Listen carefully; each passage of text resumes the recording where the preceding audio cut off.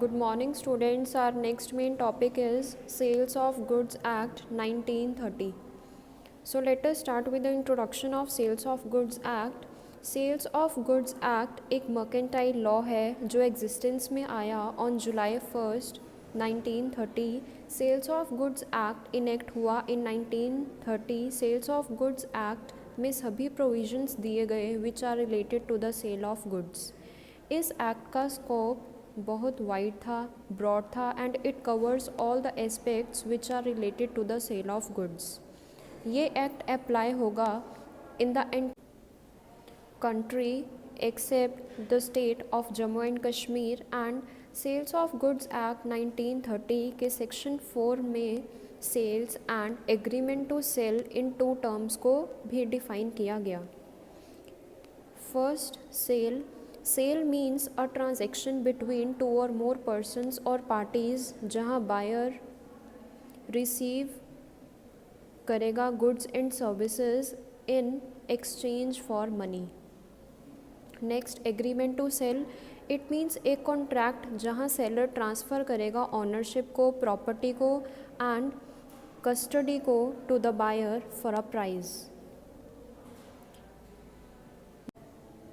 Next comes fundamental definitions which are given in sales of goods act 1930. First, buyer. As per section 2 subsection 1 of the act, buyer means जो person agree करेगा to buy the goods.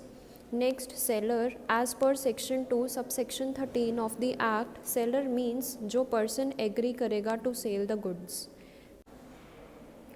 Delivery. As per section 2 subsection 2, delivery means willingly और voluntary transfer करना right of possession या ownership from seller to buyer. अब जो delivery होगी वो 2 veg में हो सकती है, बाय एक्चुअल डिलीवरी और constructive delivery. Actual delivery means जब गुड्स को डिलीवर करेगा seller directly to the buyer और his and constructive delivery means जब गुड्स को डिलीवर नहीं किया सेलर ने बट ओनली ऑनरशिप को ट्रांसफ़र किया है to the buyer. So delivery can be done in both the 2 ways. Next, deliverable state. It means जब एक बायर बाउंड होगा to receive the delivery of goods तो जो गुड्स होंगे वो डिलीवरी स्टेट में होंगे एंड इस स्टेट में बायर रिफ्यूज़ नहीं कर सकता to take the delivery of goods. Next, document of title to goods. According to section 2 subsection 4 under sale of goods act, at the time of sales seller goods का title transfer करेगा to the buyer using documents like bills of lading, railway receipt, any other document which is used in the ordinary course of the business. Next, fault.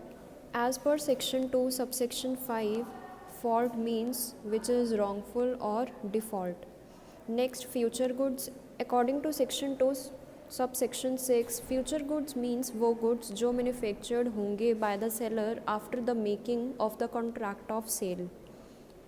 Next, goods. According to section 2 subsection 7, goods means every kind of movable property but other than claims and money, includes shares, stock before sale and under the contract of sale. Next, insolvent. According to section 2 subsection 8, एक person insolvent तब होगा when he is not liable to pay his debt in the ordinary course of the business. Next, mercantile agent. According to section 2 subsection 9 of the act, agent means वो person जिसके पास authority होगी to sell the goods or services but only on the behalf of seller. Next, price. According to section 2 subsection 10 of the act, price means money consideration for the sale of goods. Next, property. According to subsection 11 of the act, property means general property in goods. Next, quality of goods. As per section 2 subsection 12 of the act, quality means state and condition of goods.